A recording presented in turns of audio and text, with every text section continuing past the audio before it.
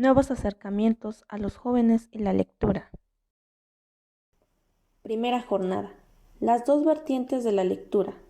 Durante mucho tiempo, el poder, la Iglesia y los educadores estuvieron preocupados por los peligros que podían traer una amplia difusión de la lectura, pero desde los años 70 todo el mundo se lamenta de que esa difusión es insuficiente. En el descenso de la frecuencia de la lectura, en los jóvenes intervienen también otros motivos. En la forma de integración social se reproduce la vida de los padres, y la lectura era parte de esa reproducción.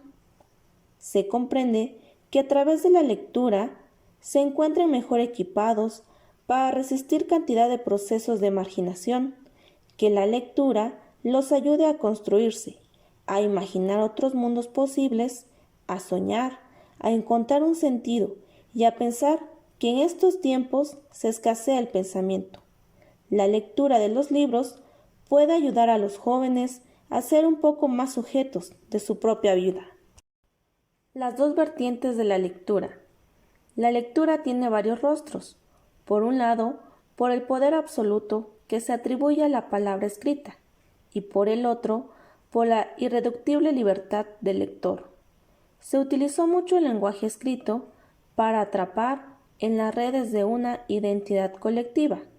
Los lectores se apropian de los textos, los hacen significar a otras cosas, cambian el sentido, interpretan a su manera, deslizando su deseo entre líneas.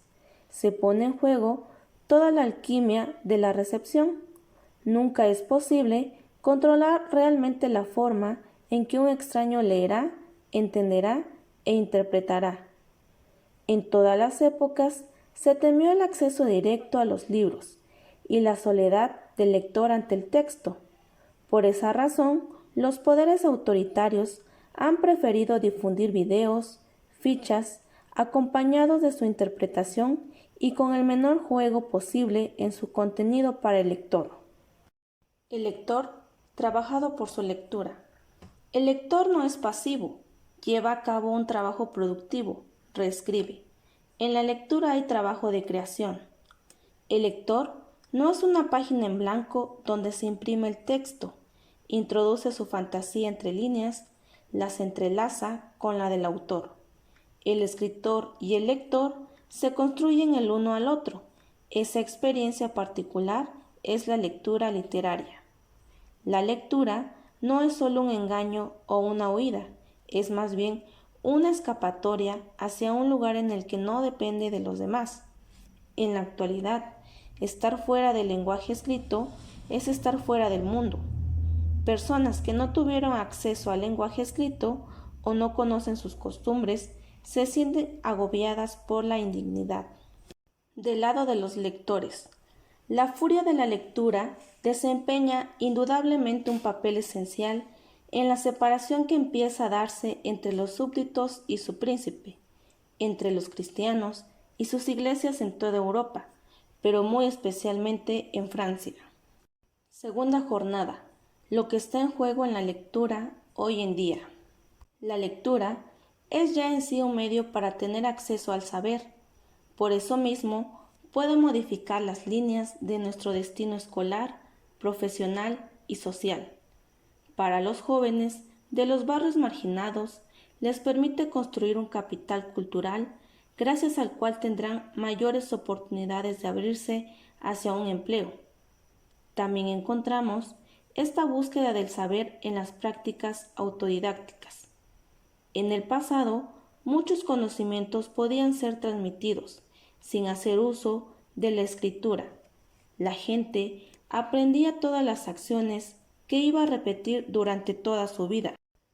En el primer registro de la lectura, coexisten así aprendizajes estrictamente funcionales, inducidos por la demanda escolar, por el ejercicio de un oficio, por las necesidades de la vida cotidiana y aprendizajes en los que interviene una curiosidad personal, en los que se perfila un cuestionamiento propio.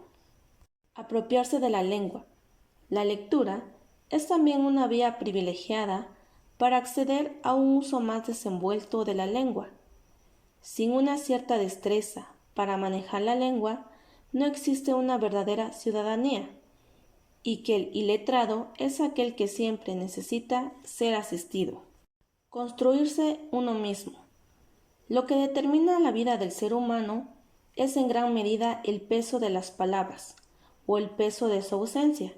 La lectura puede ser un camino privilegiado para construirse uno mismo, para pensarse, para darle un sentido a la propia existencia, un sentido a la propia vida, llegar a conocerse mejor, poder pensarse y mantener un sentimiento de la individualidad cobra una importancia aún mayor. Evidentemente, desde la infancia desempeña la lectura un papel en el campo de la construcción de uno mismo. En la adolescencia o en la juventud y durante toda la vida, los libros son también compañeros que consuelan, y en ellos encontramos a veces palabras que expresan lo más secreto. La importancia de la lectura no puede evaluarse únicamente a partir de cifras, del número de libros leídos o tomados en préstamo. A veces es solo una frase lo que hace que el mundo se vuelva más inteligible. Conjugar la pertenencia a diversas culturas. Gracias a la lectura, muchos jóvenes conjugan los universos culturales a que pertenecen. Estos jóvenes, cuyos padres inmigraron, mencionan con frecuencia el gran sufrimiento que significa vivir entre dos mundos, ampliamente adaptados a la manera de pensar, de vivir y a los valores franceses, pero imposibilitados de vivir en cercanía con los jóvenes franceses de origen por causa de la xenofobia y por el miedo de traicionar a sus familiares y a su país de origen, en el que muchas veces también se sienten tan extranjeros como en Francia. Círculos de pertenencia más amplios. Leer es tener un encuentro con la experiencia de hombres y mujeres, de nuestra época o de nuestros tiempos pasados. Estos textos representan la apertura hacia círculos de pertenencia más amplios, más allá del parentesco, de la calidad, de la etnicidad. La lectura es una promesa de no pertenecer solamente a un pequeño círculo. Leer puede volver a uno rebelde e infundirle la idea de que es posible apartarse del camino que le habían trazado otros, escoger la propia ruta, su propia manera de decir, tener derecho a tomar las decisiones y participar en un devenir compartido, en vez de siempre remitirse a los demás. Tercera jornada. El miedo al libro. ¿Cómo se vuelve uno lector?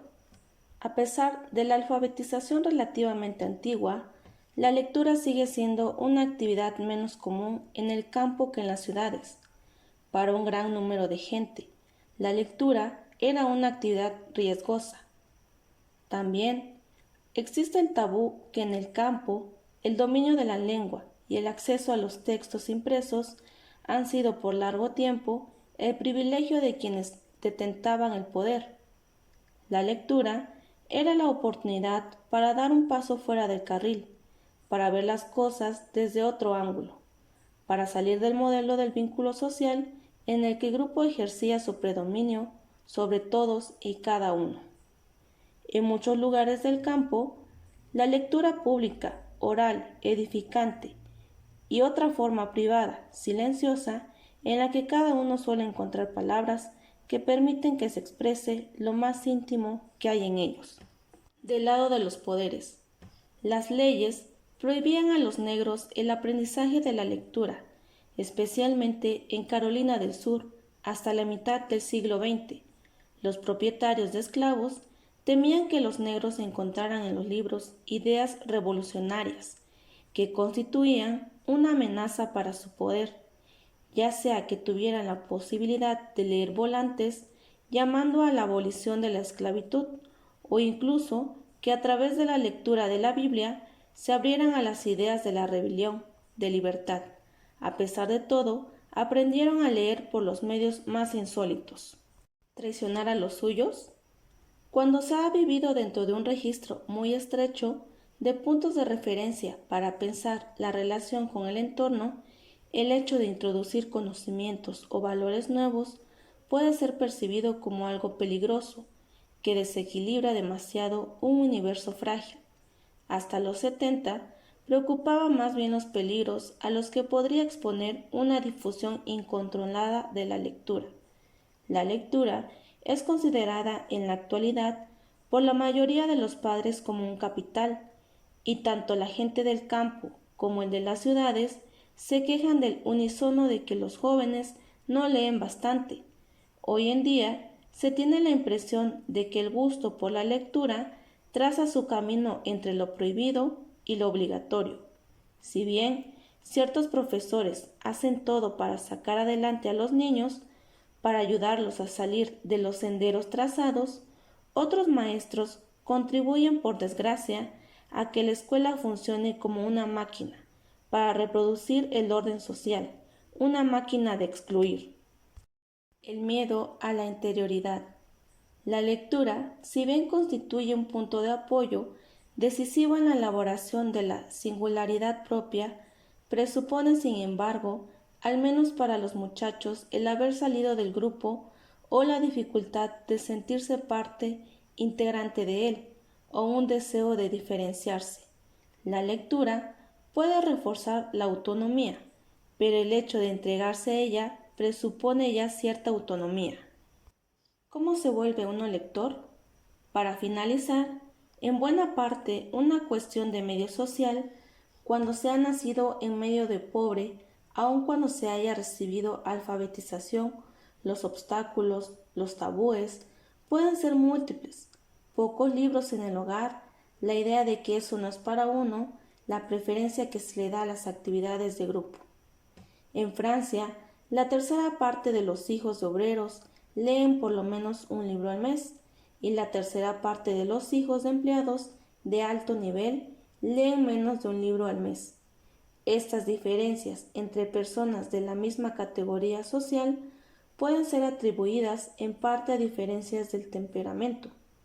Varias investigaciones han hablado de la importancia de la familiaridad temprana con los libros, de su presencia física en el hogar, de su manipulación para que un niño se convierta más tarde en un lector.